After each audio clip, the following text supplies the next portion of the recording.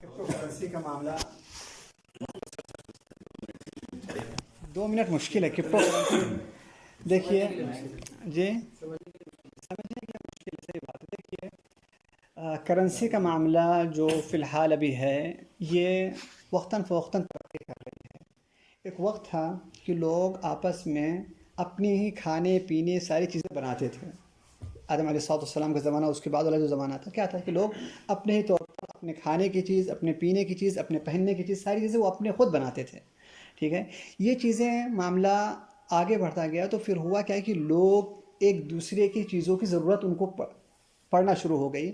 تو کیا کرنے لگے کہ مقایضہ کرنا شروع کر دیے. مقایضہ کا مطلب یہ ہوتا ہے کہ میرے پاس 10 بوری چاول ہے، میں 10 بوری چاول آپ کو دیتا ہوں، اس کے مقابل میں آپ نے جو اپنے پاس کپڑا رکھے ہوئے ہیں اس کپڑے کو میں آپ سے لے رہا ہوں. تو یہ ادلا بدلی والا معاملہ رہا. سامان آپ کے پاس سامان، میں اپنا سامان، اس طریقے سے ادلا بدلی کر رہے ہیں. بعد میں اس کے بعد شروع ہوا کہ کچھ ایسے کرنسیاں یا ایسے چیز جس کی قیمت ہے. خاص طور پر آپ مجھے، جب میں آپ کو چاول دے رہا ہوں، آپ مجھے کپڑا دے رہے ہیں، مجھے کپڑے کی ضرورت نہیں ہے، مجھے اس کے مقابل میں کسی اور چیز کی ضرورت ہے. تو اب بیچ میں کوئی ایسی چیز ہونا چاہیے تاکہ جس کی بنیاد پر ہمارا ادلا بدلی ہو، جو مجھے بھی ضرورت رہے وہ آپ کی بھی ضرورت رہے. تو لوگوں نے پیدا کیا کرنسی، اور اس کو درہم اور دینار کی صورت میں. اور آپ لوگ کے علم کے لیے درہم کا ذکر قرآن کے اندر موجود ہے. وَشَرَوْهُ بِثَمَنٍ بَخْسٍ دَرَاهِمَ مَعْدُودَاتٍ. یعنی یوسف علیہ السلام کے زمانے میں یہ کرنسی کیا ہوئی تھی؟ شروع ہو گئی تھی. اچھا، اب یہ رہا ادلا بدلی کا معاملہ. اور یہ چیز ہمارے نبی صلی اللہ علیہ وسلم کے زمانے میں بھی آ گیا تھا کہ سونا چاندی کو اعتبار بنا لیا گیا تھا. اچھا، اس کے بعد امام مالک رحمہ اللہ تعالیٰ سے سوال کیا گیا کہ کیا سونا چاندی کے علاوہ کوئی اور چیز بھی کرنسی بن سکتی ہے؟ تو مدونہ کے اندر موجود ہے کہ امام مالک رحمہ اللہ تعالیٰ نے کہے کہ اگر لوگ چمڑے کو کرنسی بنا لیں تو میں کیا کروں گا؟ اس پر بھی ربا اور زکوٰۃ جاری کروں گا. ٹھیک ہے. اور یہ سب سے پرانا قول ملتا ہے ہم کو اہل علم کا، جس کے اندر انہوں نے کہا، یعنی یہ اشارہ کیا کہ سونے چاندی کے علاوہ بھی کوئی اور چیز کرنسی ہو سکتی ہے. ٹھیک ہے. اور آپ دیکھتے ہیں اس کے بعد پھر لوگوں نے اب کس طریقے سے کاغذ پہ آئے ہوں تفصیلی بات ہے، لیکن کہنے کا مقصد یہ کہ آ گئے آج کی تاریخ میں لوگ کاغذ پہ آ گئے، کاغذ کی کرنسی پہ. ٹھیک ہے. نہیں، یہ بات الگ ہے کہ 1970 سے پہلے یہ کاغذ کی جو قیمت تھی وہ اس کے مقابل میں سونا ہوتا تھا. لیکن 1970 کے بعد کوئی بھی کرنسی ایسی نہیں ہے جس کے مقابل میں کیا ہو؟ سونا یا چاندی ہو. ٹھیک ہے. اور سچ بات بولا جائے کہ سونا جو ابھی دنیا کے اندر موجود ہے، اگر وہ کسی ایک ملک کے کرنسی کے مطابق کیا جائے تو کیا ہو جائے گا؟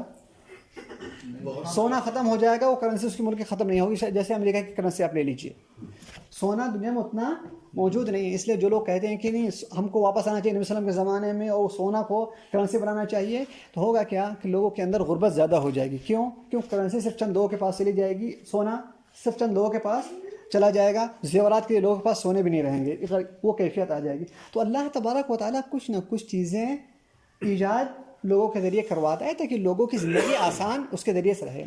اچھا، معاملہ یہ خود سن 2000 کے بعد ایک اور چیز پیدا ہو گئی تھی. وہ کیا؟ Digital currency. ڈیجیٹل کرنسی کیا ہے کہ جو آپ کے پاس ریال ہے وہ ریال کیا ہو جائے گی؟ نمبرات کے طور پہ ہو جائے گی. آپ سارے لوگوں کی تنخواہیں جو بینک میں اترتی ہے وہ کیا ہوتی ہے؟ نمبرات کے طور پہ اترتی ہے. صحیح بات ہے کہ نہیں؟ آپ دیکھیے یہاں پہ جتنے بھی بینک ہیں، سارے بینک باہر سے شیشہ ہے، اندر تک آپ کو پورا دکھ رہا ہوتا ہے. ٹھیک ہے. جو کوئی چوری کرنا چاہے جا کے آسانی سے چوری کر سکتا ہے، لیکن اگر چوری کرنے کے لیے جائے گا بھی یہاں پہ تو اس کو کچھ نہیں ملنے والا ہے. کیوں کہ ان کے پاس کیش جو پایا جا رہا ہے وہ صرف 2 جگہ پایا جا رہا ہے، یا تو اے ٹی ایم میں پایا جا رہا ہے یا تو کیشیئر کے پاس پایا جا رہا ہے. اور کیشیئر کے پاس صرف چھٹے ہوتے ہیں.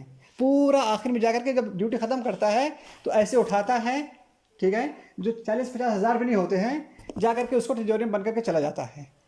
یہی پورے بینک کے اندر یہی پیسے ہوتے ہیں. باقی سارے پیسے کیا ہوتے ہیں؟ سب. اسی لیے آپ جائیے پیسہ جا کر کے ان کے پاس بینک میں جمع کرنے کے لیے کیا کہتے ہیں؟ جاؤ جمع کہاں پہ کرو؟ اے ٹی ایم کے ذریعے سے اندر ڈالو.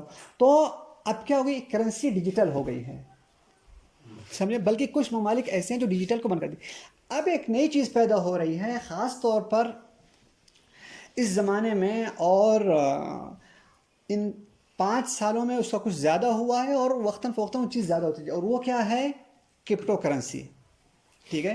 کرپٹو کرنسی کے بارے میں اگر دیکھا جائے تو یہ جو کرنسی فی الحال ابھی پائی جا رہی ہے، یہ جو کرپٹو کرنسی، بہت سارے ممالک اس کو امنی طور پر اس کو قانونی نہیں بنا رہے ہیں.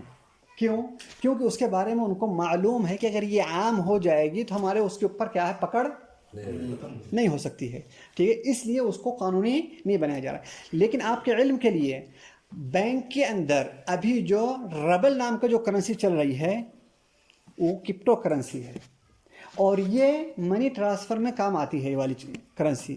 اور یہ جو کرنسی ہے ساتھیوں، ابھی آپ دیکھیے، پڑھیے اس کے بارے میں، تو ایسا لگ رہا ہے کہ جو سوئفٹ کا نظام ہے، جو خاص طور پہ جو جس کے ذریعے سے منی ٹرانسفر ہوتی ہے، وہ خطرے میں ہے. کیوں؟ وہ صرف آپ کو ایک کوڈ دیتا ہے سیکورٹی کے تحت، اور یہ جو ہے آپ کا باقاعدہ پیسہ ٹرانسفر کر دے رہا ہے، اور وہ بھی 3 سیکنڈ کے اندر.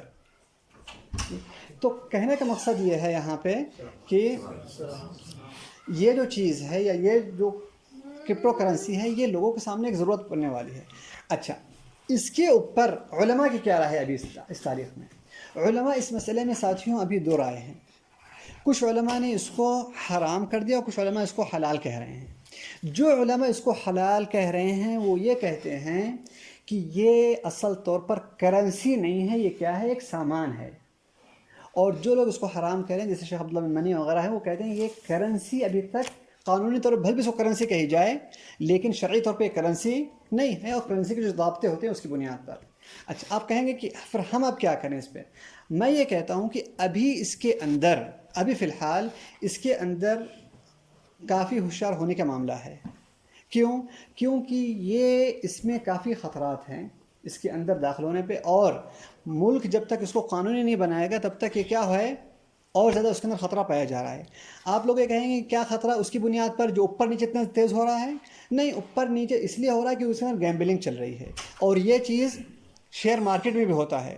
اور آپ لوگ کے علم کے لیے شیئر مارکیٹ میں پہلے بہت زیادہ ہوتا تھا، لیکن جب سے قانونی طور پر اس پہ گرفت ہو گئی، کم ہو گیا ہے. ورنہ اگر آپ دیکھیں کہ 1930 میں جو امریکہ کے اندر جو کساد بازاری آئی تھی، اس کی سب سے بڑی وجہ یہی تھی، یہی گیمبلنگ جو شیئر مارکیٹ کے اندر ہوئی تھی. ٹھیک ہے. تو یہ جو بھی چیز نئی آتی ہے مارکیٹ کے اندر، اس کے اندر اس قسم کی چیزیں پائی جاتی ہیں، اور وہی چیز کیا ہو رہا ہے؟ کرپٹو کرنسی کے ساتھ ہو رہا ہے ابھی. تو میں یہ کہتا ہوں فی الحال ابھی اس وقت کہ حلال واضح ہے، حرام واضح ہے، اور دونوں کے بیچ میں مشتبہات. الحلال بین والحرام بین وبینہم امور مشتبہات لا يعلمهن كثير من الناس ومن اتقى الشبهات فقد استبرأ لدينه وعرضه.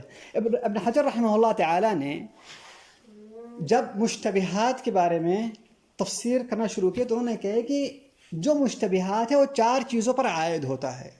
ٹھیک ہے. ان میں سے ایک چیز کیا ہے؟ کسی مسئلے کے اندر علماء کا اختلاف ہو جائے. کسی مسئلے میں علماء کا اختلاف ہو جائے تو وہ مشتبہ کے دائرے میں ہوتا ہے. تو میں یہ سمجھتا ہوں فی الحال ابھی یہ چیز مشتبہ کے دائرے میں ہے. اس سے ہم لوگوں کو دور رہنا فی الحال ابھی بہتر ہے، یہاں تک کہ قانونی وزن اس کو مل جائے عالمی طور پر، ملکی طور پر، تو پھر اس وقت داخل ہوا جائے. ٹھیک ہے کہ نہیں؟ اس طریقے سے ابھی داخل ہونا خطرے سے خالی نہیں ہے، اور اس کے اندر لوگوں کا پیسہ ضائع ہونے کا بھی کافی خطرہ ہے.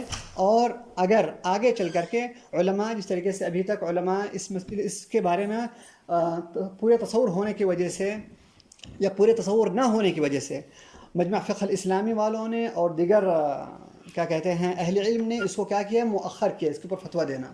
مجمع فقہ الاسلامی 2 مرتبہ اس کو مؤخر کر چکا، اسی بنیاد پر کہ اس کا صحیح طور پہ تصور اور کیا کہتے ہیں جو اس کے اندر ماہرین ہیں وہ اس کے بارے میں کیا ذکر، وہ تب تک معلومات نہیں آئے گی ان کے پاس سے تب تک اس کے بارے میں وہ فیصلہ کرنا نہیں چاہ رہے ہیں. تو نتیجہ یہی ہوا ساتھیوں کہ اس سے ہم اگر بچتے رہیں تو زیادہ بہتر ہے فی الحال آج کی تاریخ میں. ٹھیک ہے.